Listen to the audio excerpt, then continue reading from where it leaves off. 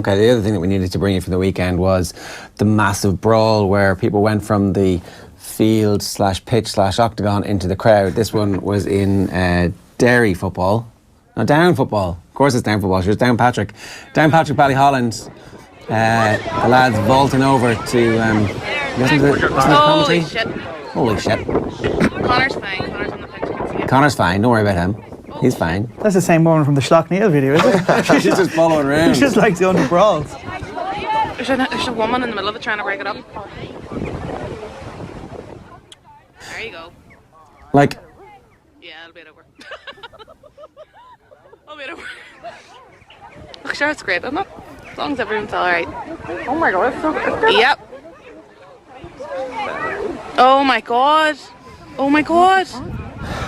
Okay, people are getting hurt. Tolerance. It's like Kick clubs out. I think that's it. Kick them out, it won't happen again. Yeah. Because the fact that there's been 3 of those videos in the space of, what, a month?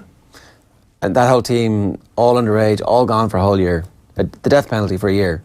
And if you're really into it, you'll keep going for that year, and you'll come back in a year's time and you'll go, okay, we're not going to do this again. Well, of course, that's what they should do. But that's obviously not going to happen. Like, they're not even going to control. When they actually had the neck to throw out Armagh and Tyrone, wasn't it, in the minor under 21 championship this year in Ulster, that was reversed pretty quickly. But at least they were seen to be doing something for a short period of time. But for that, clearly, somebody's hopped onto SmackDown versus Raw on the PlayStation and selected the car park game mode because it looked like it was going to get into that sort of thing. If the UFC's in danger of turning into that, well, maybe Ulster Club Football could follow suit.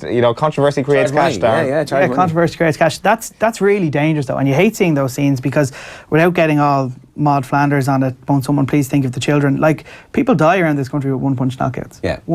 That's not something that doesn't happen. That's really dangerous. And these are lads who are doing weights, who are amped up and who are not taking a backward step, and they're like the stereotype of the management of various teams around the country telling teams to go out, don't take a backward step. They're questioning your manliness, all that bullshit. I've got to play you this video. This is from the T-Mobile Arena. It's apparently Ireland versus Russia fans. This is grim.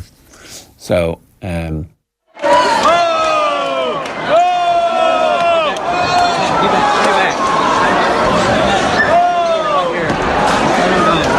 Stay out of it. Stay out of it. Stay out of it.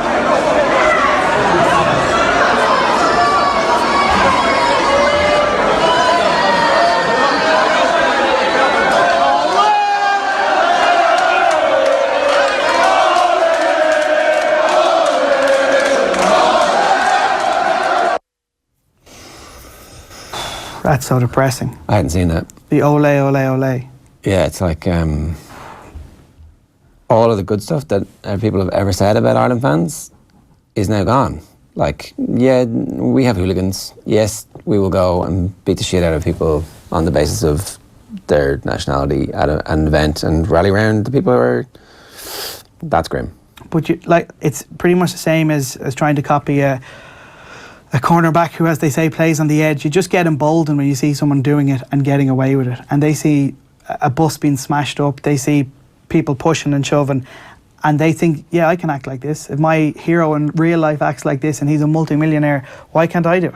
Fight Club. McGinley fears one-punch fatality if GAA violence is not halted. So this is Enda McGinley has spoken here. You've been going through that. He's kind of speaking to a couple of the papers actually this morning. He says that everyone's heard of the one-punch fatalities and there are shocking incidences.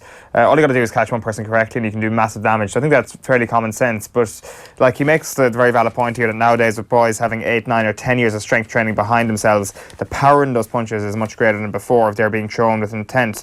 And the one area that never gets any stronger is your face and bones, your skull and brains. A weight program has no impact on those structures, and yet you were hitting them at greater force than ever before, which is a very valid point. He is, of course, like a clinical specialist physio in a trauma and orthopaedics ward in Craigavon Hospital. So he does speak with an element of expertise. You do kind of forget that. It's like you get yourself big and bulky, your brain is still your brain. It's never going to be protected. It's kind of a grim thing to think about, and he does point out that these things kind of like change in a split second, that like...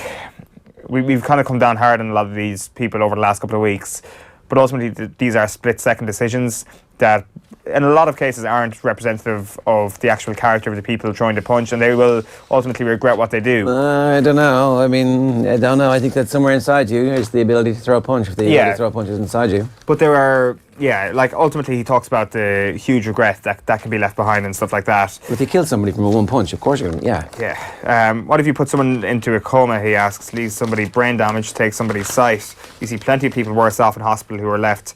I've seen them with head injuries up in hospital, and these are normal people, same as you and me, and you see them then in the hospital with a bad brain injury. What a sentence for family and everything. It's an ominous warning. I don't think he's being over the top here at all. I think that we are really kind of near the end of a tether here where something terrible is going to happen, and the only way to actually prevent something terrible happening is, as I think Darren was saying on the show yesterday, is just blanket bans for a lot of these instances. Yeah, because then the clubs start having meetings saying, look, we need to calm these young lads down, and everybody takes responsibility for it, and it's a collective decision not to be involved in this kind of stuff.